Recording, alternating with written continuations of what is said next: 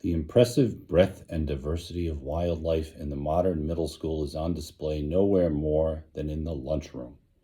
Here we see the species Cheerleaderus maximus grazing in her native habitat, the salad bar.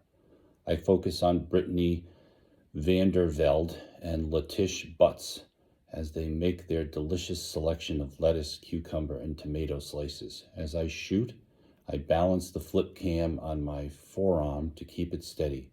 Everything looks better in YouTube when the camera work isn't all jumpy.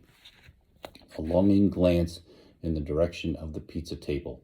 I continue my narration. But alas, it is not to be. For Cheerleaderus, the meal is garnished with a radish, rose, and fat-free dressing. And wait, I pull back the shot to include Jordan McDaniel, heading out of the food line with a heavy-laden tray. Could it be? Yes, a rare clumsius faldownus, weaving his way to the nearest table. You can do it, clumsius. Uh-oh, there you go. There goes the soup and the orange rolling across the floor. Oh man, this stuff writes itself. Who needs a script when you've got real life? And now we leave the relative safety of the food line and venture into the lion's den. I go on, panning over the corner table where Aaron Hakimian, Beer Bratzy, and some of the football buddies are eating too much and laughing too loud. This is the land of the carnivores, where lesser animals fear to tread. Don't I know it? I'm filming on maximum zoom, even though it's bound to be a little blurry. I sure don't intend to go any closer to get fed my own video camera. But where's their leader, the apex predator? Could that be him paying for a pack of Fig Newtons at the cash register? Yes, it is. The king of beasts, Footballus herois, his thunderous footsteps striking terror in the hearts of all creatures great and small. Watch him make his majestic way to, as I pan my flip cam to follow Chase Ambrose's path, to his football buddies, he disappears from the frame. I frown. He's now going over there. He's headed to somewhere else. I get him back into the shot and struggle to continue my voiceover. But wait, mighty Footballus has changed direction. He's taking his mighty self to a different table. For reasons known only to his supreme mightiness, he's coming. Oh my God, he's coming here. I whip the camera away fast enough to leave a trail of burnt air hanging in the cafeteria. He's right opposite me, larger than life, holding his tray over my table. Why is Chase Ambrose coming anywhere near lowly me? Does he know I'm making fun of him and his friends in a YouTube video? If so, I'm dead. No ifs, ands, or buts. My last interaction with him was the time he and his Neanderthals stood me against a tetherball pole and then played an intense game, the rope whipping around me until I was tossed up like a turkey. I'd probably still be there if the sanitation workers hadn't come to empty the dumpster that day. Actually, I'm lucky I wasn't in the dumpster. Those jerks bullied Joel Weber so badly that his folks finally sent him to boarding school. Is anyone sitting here? Chase asks. I glance up, expecting to get a face full of something. He's standing there, looking like he's never laid eyes on me before. My mind screams, red alert, but I say aloud, help yourself.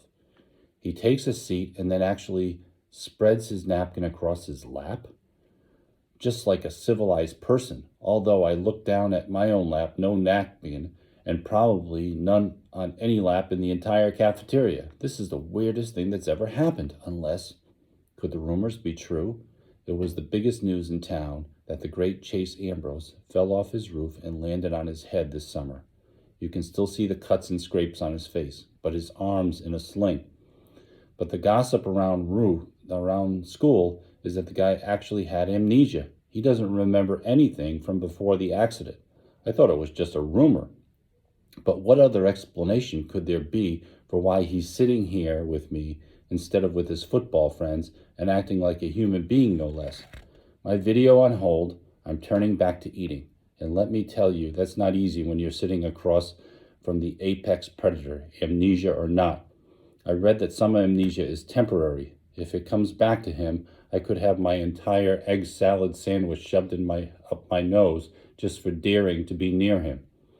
Then I noticed that he's struggling to saw away at a barbecued chicken breast. The dull plastic utensils don't make it easy, especially with one arm immobilized against his chest. He's wearily working at it. Beads of sweat stand out on his brow. I speak the craziest, most foolhardy words that could have ever come out of my mouth. You need help with that? No thanks. He keeps on sawing, getting nowhere, his frustration going. I still can't explain why I do it. I get up, loop around the long table, and approach Chase from behind. It's easier when both arms work. He battles a moment longer, and then gives in with a sigh. Maybe I could use a hand. So there I am in the middle of the cafeteria, hunched over the apex predator, cutting up his chicken. At one point, Shoshona Weber passes by and shoots me a look that perfectly combines shock, amazement, and disapproval. Or maybe she's just trying to figure out why I'm sawing the meat instead of his carotid artery. I finish, put down the knife, and hand him back the fork. Thanks, he says sheepishly. No big deal. I return to my side of the table, sit down, and hit the floor hard. A chorus of raucous laughter explodes all around me. That's when I notice I'm surrounded by football players. Bear puts my chair down on top of me, trapping me under it. Chase, man, you're at the wrong table, Aaron exclaims. Come with me. We saved you a spot. They practically kidnap him and drag him to the lion's den. A few seconds later, the chair is lifted off me, and somebody hauls me to my feet. Chase! Sorry, he says, looking uncomfortable. Come on, man, over here. Comes a volley of shouts. He hesitates. They're your teammates and your best friends, I tell him, because maybe he doesn't remember. Right. If I didn't know better, I'd think he wasn't that thrilled with the idea. Back in my seat, I take out my camera and realize that the video has been running the whole time. There's no picture, obviously, but the audio is all there. I might listen to it later just to prove to myself that I've had a close encounter with Chase Ambrose and lived to tell the tale. Chapter 4. This is Superintendent Phil Auger. Have a great day.